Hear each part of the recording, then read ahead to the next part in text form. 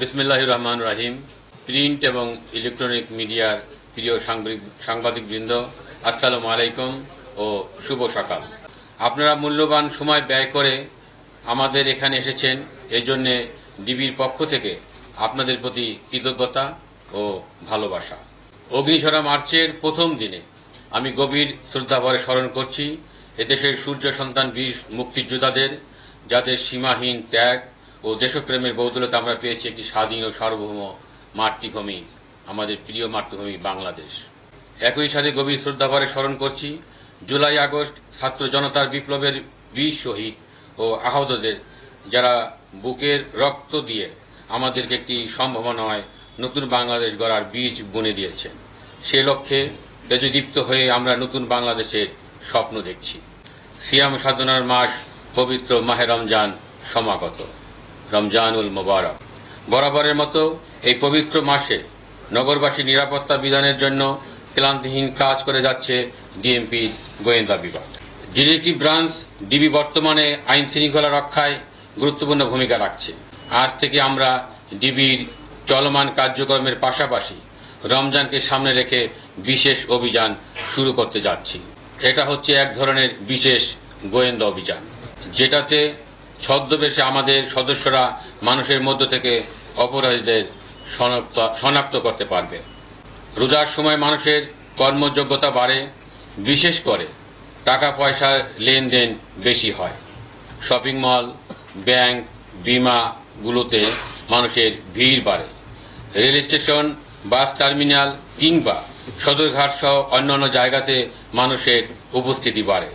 এইসব জায়গায় কেউ যাতে নাশকতা না করতে পারে সেই জন্য আমাদের গোয়েন্দা নজরদারি বাড়ানো হচ্ছে।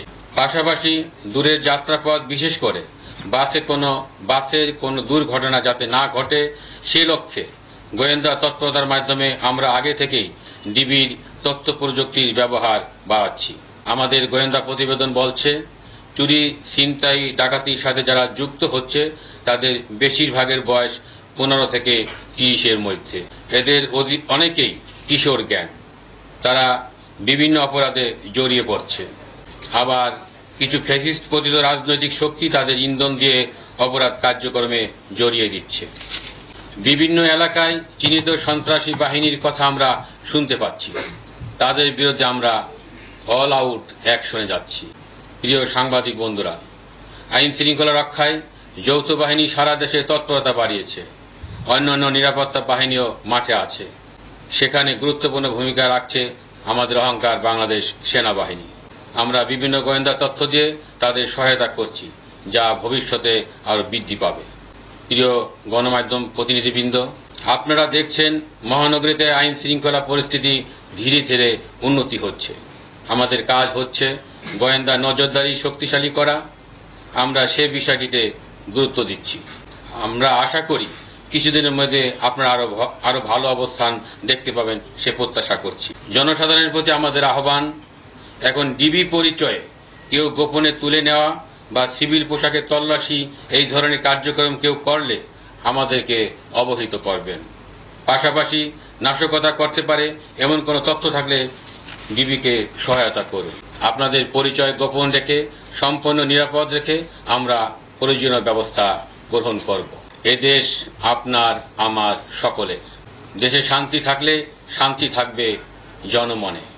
দেশকে নিরাপদ রাখতে আইন শৃঙ্খলা বাহিনীর পাশাপাশি জনসাধারণকেও এগিয়ে আসার আহ্বান জানাচ্ছি। গুরুত্বপূর্ণ মামলা তদন্ত থেকে আরম্ভ করে চিহ্নিত অপরাধীদের গ্রেপ্তারপূর্বক আইনের আওতায় নিয়ে আসতে আমরা বদ্ধপরিকর। তারই অংশ হিসাবে ইতিমধ্যে ডিবি কর্তৃক উল্লেখযোগ্য সংখ্যক ছিনতাইকারী, ডাকাত ও অভ্যাসগত অপরাধীকে আমরা গ্রেপ্তার করতে সক্ষম হয়েছি।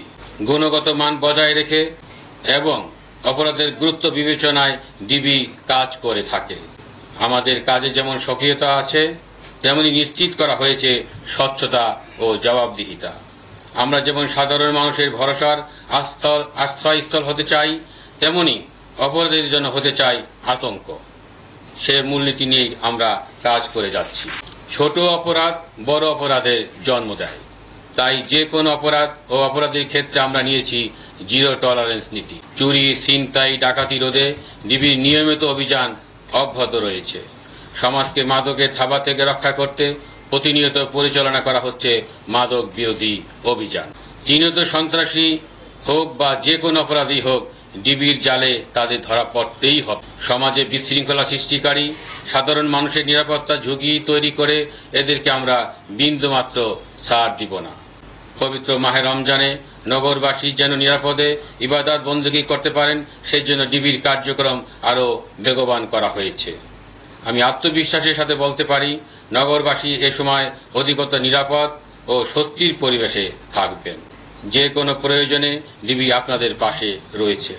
বর্তমান অন্তর্বর্তীকালীন সরকার এবং ঊর্ধ্বতন কর্মকর্তার নির্দেশ মোতাবেক নগরবাসীর শান্তি শৃঙ্খলা রক্ষায় আত্মনিয়োগ করব, এই প্রত্যাশায় আমার বক্তব্য শেষ করলাম।